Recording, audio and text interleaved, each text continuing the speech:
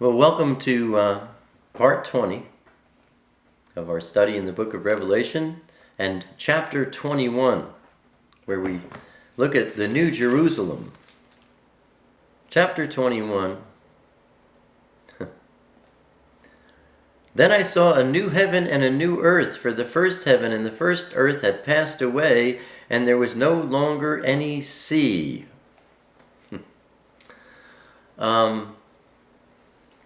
The earth is not completely destroyed. What's revealed through the original language is that this is a renovation. Everything on the planet is going to be burned up so that the only things that will remain are the things that cannot be burned. We see that in other scriptures.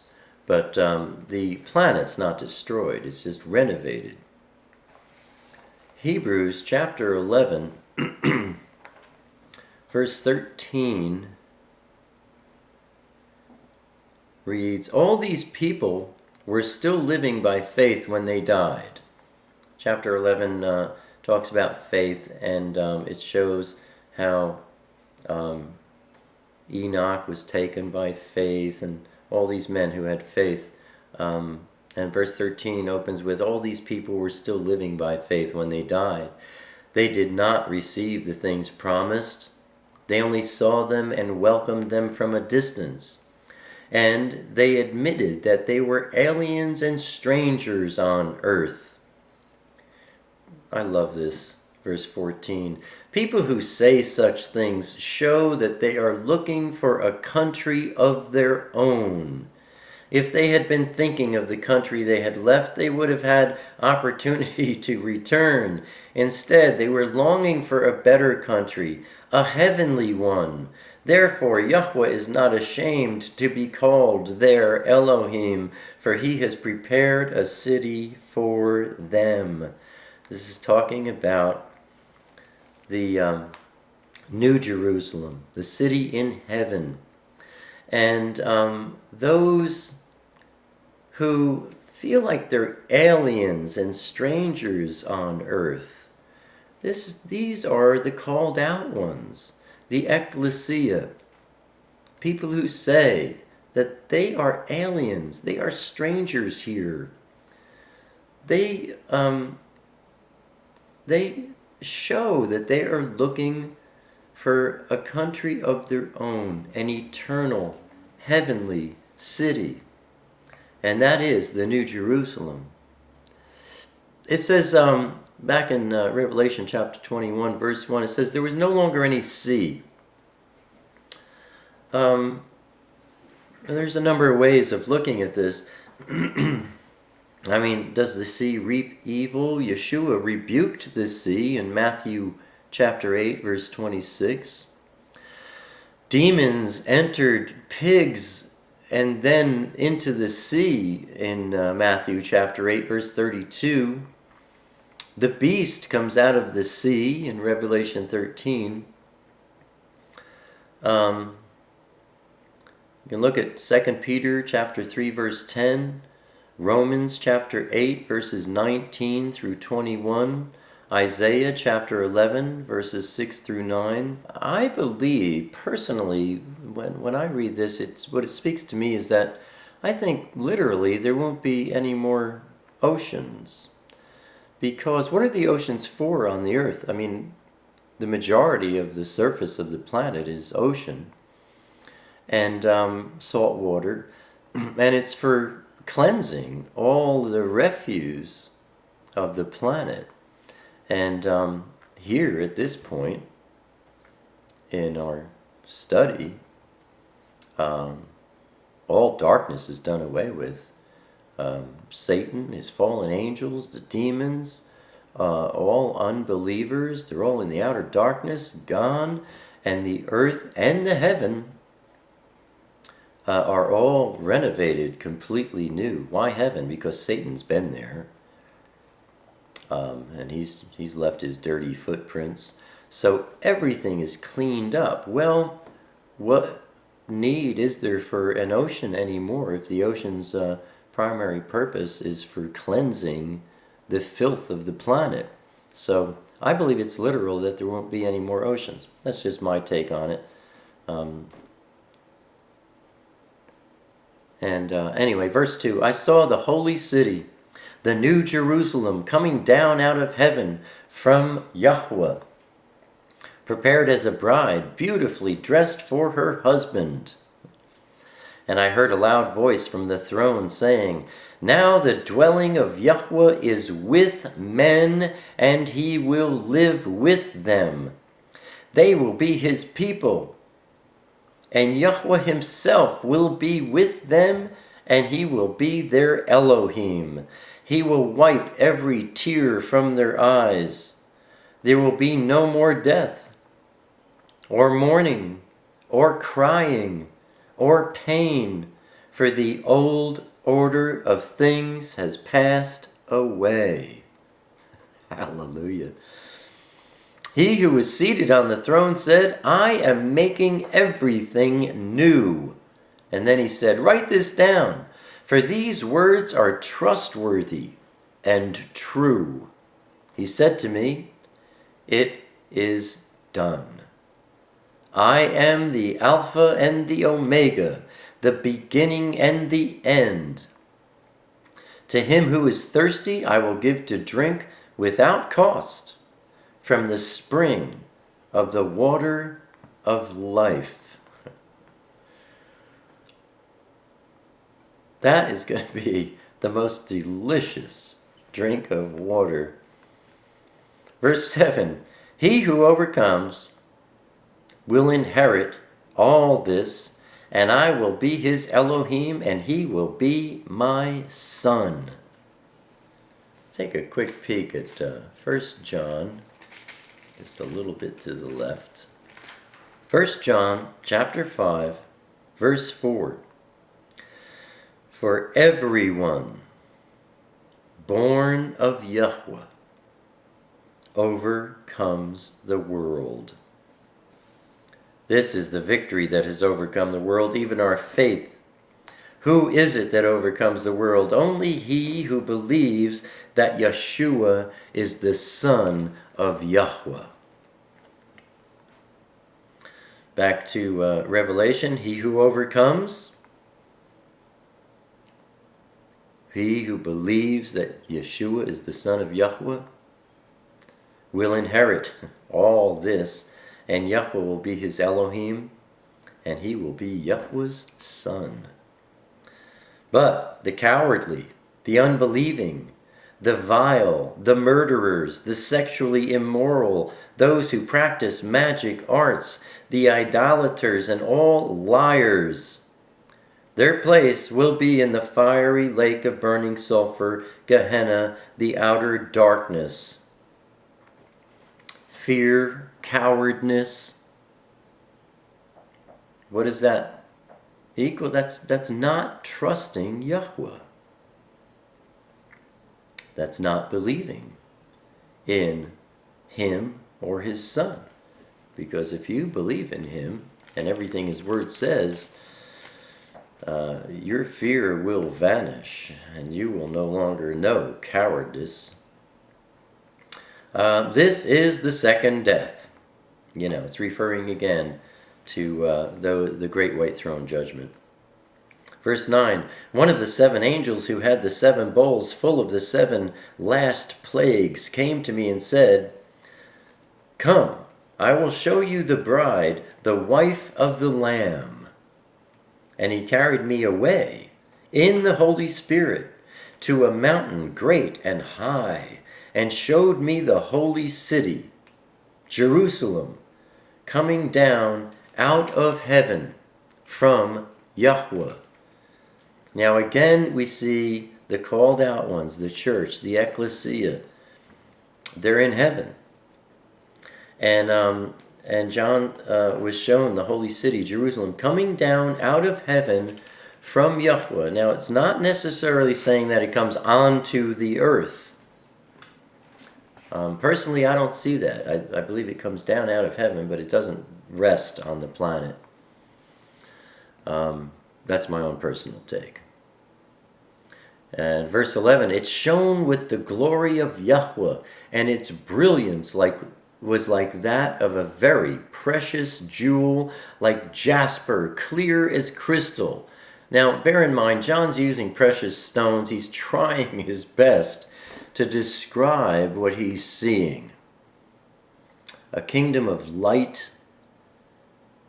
I mean, it's a physical kingdom. Heaven is, the holy city is a physical thing, and yet it's lit by the light of Yahweh. There is no shadow to be seen. This is physical and spiritual, full of light beyond anything any human being could possibly describe, because there's no frame of reference for us to imagine what John is trying to picture for us. Verse 12, it had a great high wall with 12 gates, and with 12 angels at the gates, one angel at each gate. On the gates were written the names of the 12 tribes of Israel. There were 3 gates on the east, 3 on the north, 3 on the south, and 3 on the west. The wall of the city had 12 foundations, and on them were the names of the 12 apostles of the Lamb. The angel who talked with me had a measuring rod of gold to measure the city, its gates, and its walls. The city was laid out like a square as long as it was wide. He measured the city with the rod and found it to be 12,000 stadia in length, and as wide and high as it is long. Now 12,000 stadia is 1,377 miles. Approximately half the width of the United States. And some people say, ask, is this a cube? Is it a pyramid? Who knows? Whatever. I mean, I don't even know why people bother asking these questions. This is something we can't visualize, period. When you see it, you'll enjoy it. But it's 1,377 miles wide, long, and high. Now, he measured its wall, and it was 144 cubits thick, it says in my NIV, but I think that should say high. Basically, it's 27 stories high by man's measurement, which the angel was using. Verse 18, the wall was made of jasper, and the city of pure gold, as pure as glass. The foundations of the city, walls, were decorated with every kind of precious stone. The first foundation was jasper, the second was sapphire, the third chalcedony, the fourth emerald, the fifth sardonyx, the sixth carnelian, the seventh was chrysolite, the eighth was beryl, the ninth was topaz, the 10th chrysoprase, the 11th was jacinth, and the 12th was amethyst. And remember, the names of the apostles are on each one. The apostles are our foundation. The 12 gates were 12 pearls, each gate made of a single pearl. These pearls were not taken out of the ocean, my friends. I mean, these are big gates, and each one was made from a single pearl. The great street of the city was of pure gold, like transparent glass. I don't know, but I've been told streets of heaven are paved in gold. Keep your hand on that plow. Hold on. Pure gold, like transparent glass. I mean, this is brilliant. Verse 22, I did not see a temple in the city, because Yahweh Elohim Shaddai and the Lamb are its temple. The city does not need the sun or the moon to shine on it, for the glory of Yahweh gives its light, and the Lamb is its lamp. Again, I do not believe this is on the earth. It's my personal thing, though. Verse 24, the nations of them which are saved will walk by its light. See, its light will shine on the earth. And the kings of the earth will bring their splendor into it. On no day will its gates ever be shut, for there will be no night there. I believe this is in heaven. Anyway, the glory and the honor of the nations will be brought into it. Nothing impure will ever enter it, nor will anyone who does what is shameful or deceitful, but only those whose names are written in the Lamb's book of life. And really, at this point, they're the only ones around. Chapter 22 looks like we can finish our study. Then the angel showed me the river of the water of life, as clear as crystal, flowing from the throne of Yahweh and of the Lamb, down the middle of the great street of the city. On each side of the river stood the tree of life. On each side of the river. The tree of life sounds to me like it's grown to be quite large. It stands on each side of the river. And you know, Yahweh removed it from the earth way back when, 6,000 years ago. And it bears 12 crops of fruit, yielding its fruit every month. So there's a different fruit each month. And I can only imagine what these fruits impart into your soul. And the leaves of the tree are for the healing of the nations. The leaves heal. Verse 3, no longer will there be any curse. The curse is gone. The throne of Yahweh and of the Lamb will be in the city, and his servants will serve him. Wow. They will see his face. No one has ever seen the face of Yahweh other than Yeshua. No man could ever see Yahweh's face and live. But here, everyone's been cleansed and glorified and whatnot, and we will see Yahweh's face for the first time, and his name will be on their foreheads. There will be no more night. They will not need the light of a lamp or the light of the sun, for Yahweh Elohim will give them light, and they will reign forever and ever. The angel said to me, these words are trustworthy and true. Yahweh, the Elohim of the spirits of the prophets, sent his angel to show his servants, his bond slaves, the things that must soon, RPM, take place. Once they begin, they're going to speed up. Behold, Yeshua speaks, I am coming soon, referring to the second coming. Blessed is he who keeps the words of the prophecy in this book. There's another special blessing being promised to those. You know, in chapter 1 we saw that those who hear these words read are those who read these words and, very important, addendum here, take it to heart, they receive a very, very special blessing, not promised in any other place in the word of Yahweh.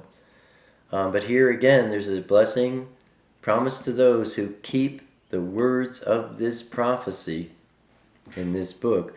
I, John, am the one who heard and saw these things. And when I heard and had seen them, I fell down to worship at the feet of the angel who had been showing them to me. And guess what? But he said to me, do not do it. Same as we saw in chapter 19, verse 10. I'm a fellow servant with you and with your brothers the prophets, and of all who keep the words of this book. Worship Yahweh. And then he told me, do not seal up the words of the prophecy of this book, because the time is near. It's more like in the original language, because the next event is near. Let him who does wrong continue to do wrong. We read this similar passage to this earlier. Let him who is vile, let him continue to be vile. Let him who does right continue to do right, and let him who is holy continue to be holy. Behold, I am coming soon. Once these things begin, it's going to speed up. I think we've been seeing events in the world speeding up the past few years, and now this year, it seems like the past few months. It is quickening, my friends. My reward is with me, and I will give to everyone according to what he has done. I am the Alpha and the Omega, the first and the last, the beginning and the end.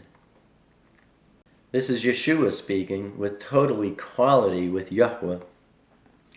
Blessed are those who wash their robes, those who fill themselves with God's holy word. This is how you wash your clothes. You get clean clothes by the washing of the word, by reading this book, the Bible, every day, by talking about it constantly. Teach your children. Blessed are those who wash their robes, that they may have the right to the tree of life, and may go through the gates into the city.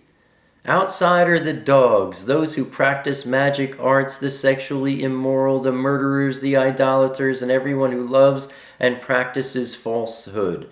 Outside, yet in the outer darkness, complete separation from Yahweh, a place where there is no hope. You and I have never known no hope. I, Yeshua, have sent my angel to give you this testimony for the called out ones. I am the root and the offspring of David and the bright morning star. And note, there are 7 I ams in the Old Testament. There are 7 I ams in the Gospels. And right here you see the 8th I am that appears in the New Testament. 8 is the number of new beginnings. On the 8th day, Yahweh creates the new heaven and the new earth.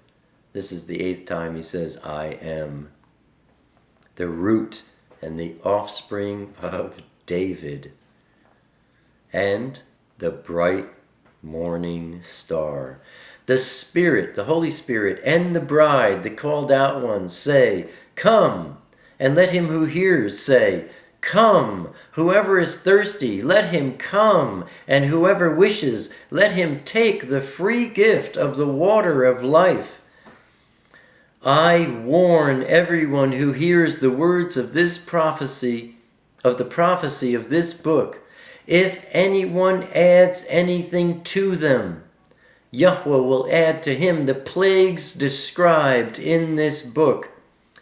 And if anyone takes words away from this book of prophecy, Yahweh will take away from him his share in the tree of life and in the holy city, which are described in this book. Now, it's not just talking about Revelation, it's talking about the whole Bible, because same statement was made by Moses in Deuteronomy chapter 4, verse 2, Deuteronomy chapter 12, verse 32. Anyone who takes away or adds to the words of these books, they will answer for it in ways that no one would ever want to. If they had any sense, they wouldn't. Whatever. Verse 20, he who testifies to these things says, yes, I am coming soon. RPM. Once it starts, it's going to speed up.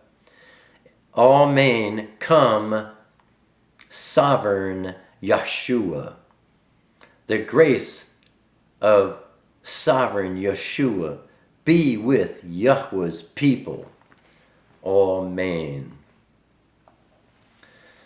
Why does Yahweh do all this? Take a look at Ephesians chapter 2, verses 6 and 7. And I just have a little note here that says, all the magnificently colored flowers on this planet are for bees to pollinate. But it's Yahweh who loves beauty, because bees are colorblind. Shalom, my friends, and thank you for sharing in this wonderful book with me. I hope you take it to heart so that you may receive that special blessing. Shalom.